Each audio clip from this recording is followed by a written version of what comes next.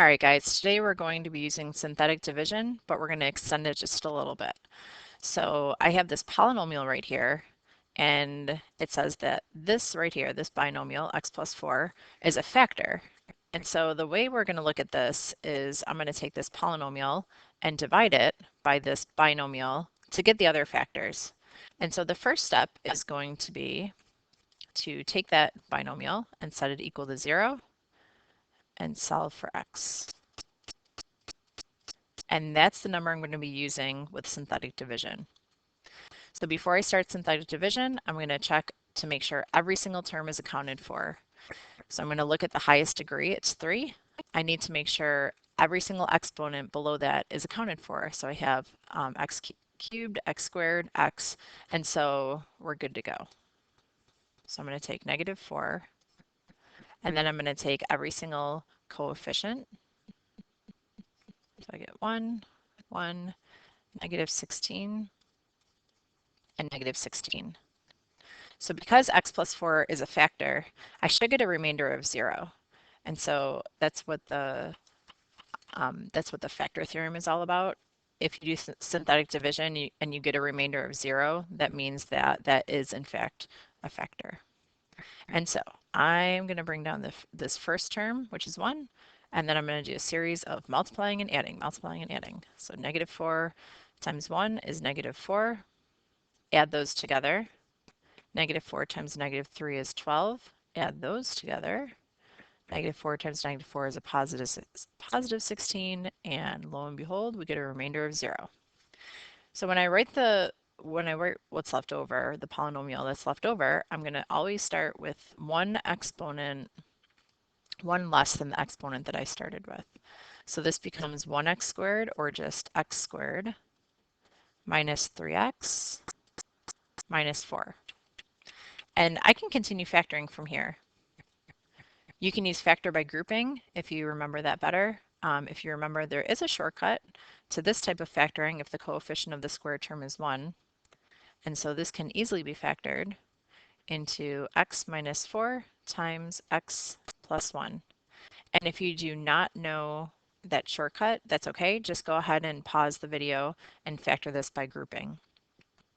And so it is asking to give us all of the factors. And so that's 2 of them. X minus 4 times x plus 1.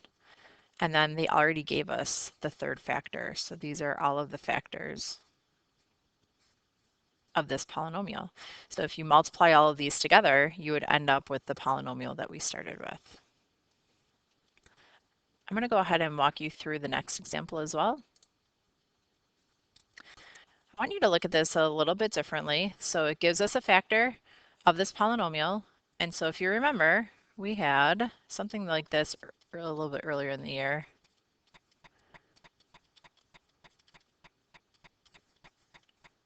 And that's all over this. Well, in order for synthetic division to work, I'm going to want a coefficient of 1. And so what I'm going to do to make this equivalent is to divide every single term by 2.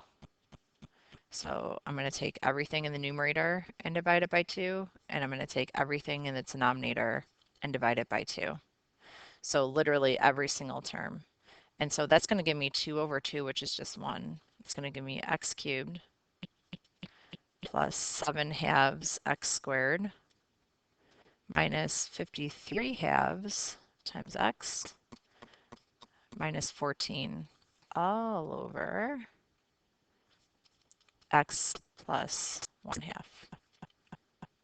And so that 1/2 is what I'm going to be using. I'm sorry, x plus 1/2 is what I'm going to be using to continue.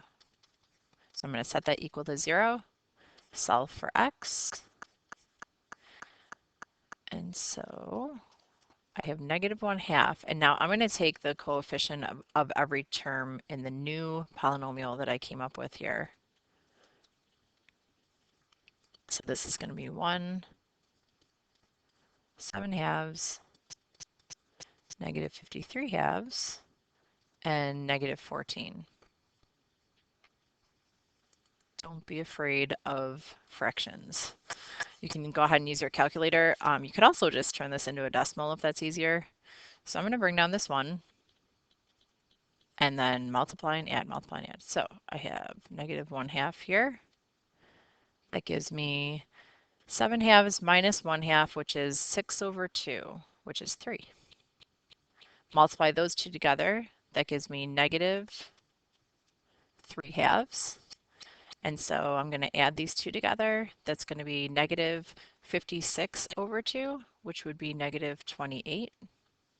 And then when I multiply those two together, I get a +14.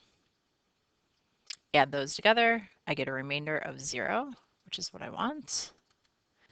And from here, I'm going to start with 1 less than the exponent we started with.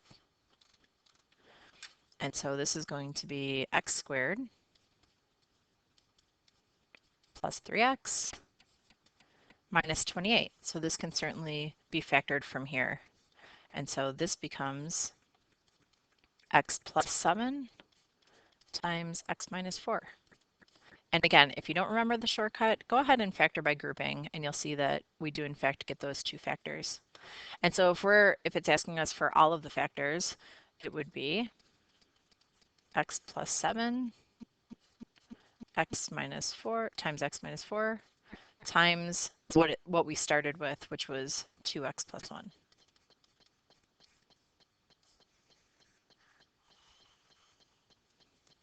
All right, you are going to be trying some of these examples in class, so good luck.